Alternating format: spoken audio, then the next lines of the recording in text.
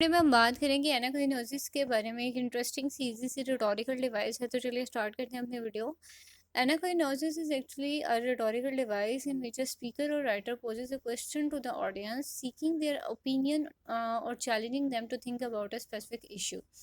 यानी कि आप जो है बेसिकली कोई इस तरह का क्वेश्चन जब रेज करते हैं ना, जब पूरी ऑडियंस यानी आप कोई स्पीच कर रहे हैं और आपने क्वेश्चन रेज कर दिया, ठीक है, स्पीच के दौरान, और पूरी जहाँ पे जितनी भी ऑडियंस है उसको इस तरह से अपील किया वो क्वेश्चन, और वो इंसान जो है सारे आपकी तरफ फर्स्ट ऑफ ऑल तो इंगेज हो गए हैं, secondly they would love to participate in that discussion. ठीक है, ये बेसिकली होता है एनाकोइनोसिस, यानी कि आप नेक्स्ट पर्सन को ऐसा क्वेश्चन रेज करके अपनी तरफ पहले उसकी अटेंशन गेन करो और उनकी पार्टिसिपेशन जो है वो चाहो।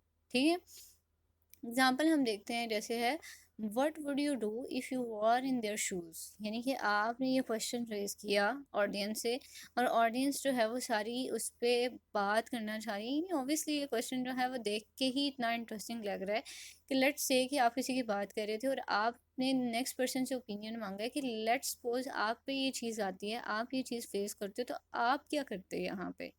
ठीक है, तो यहाँ पे ऑडियंस को डायरेक्टली जो है वो एड्रेस किया गया है कि you should focus on yourself and you should have to think that what you would do if you are in their shoes. ठीक है, आप पे ये पर्टिकुलर सिचुएशन आती है तो व्हाट वुड यू डू। अब एक और है हमारे पास example, have you ever wondered why things turned out this way. यानी यहाँ पे भी अगेन कहा जा रहा है कि कभी तुमने सोचा कि ये सारे आउटकम्स, ये सारे रिजल्ट कैसे आ गए।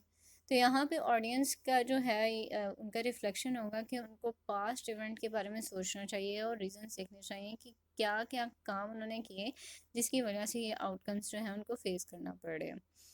तो ये एक इंटरेस्टिंग सी मज़े की कंसेप्ट टर्म थी। अब इससे रिगार्डिंग आपका कोई क्वेश्चन है, anything you want to share, you can share in comment section. So till now, goodbye and take care.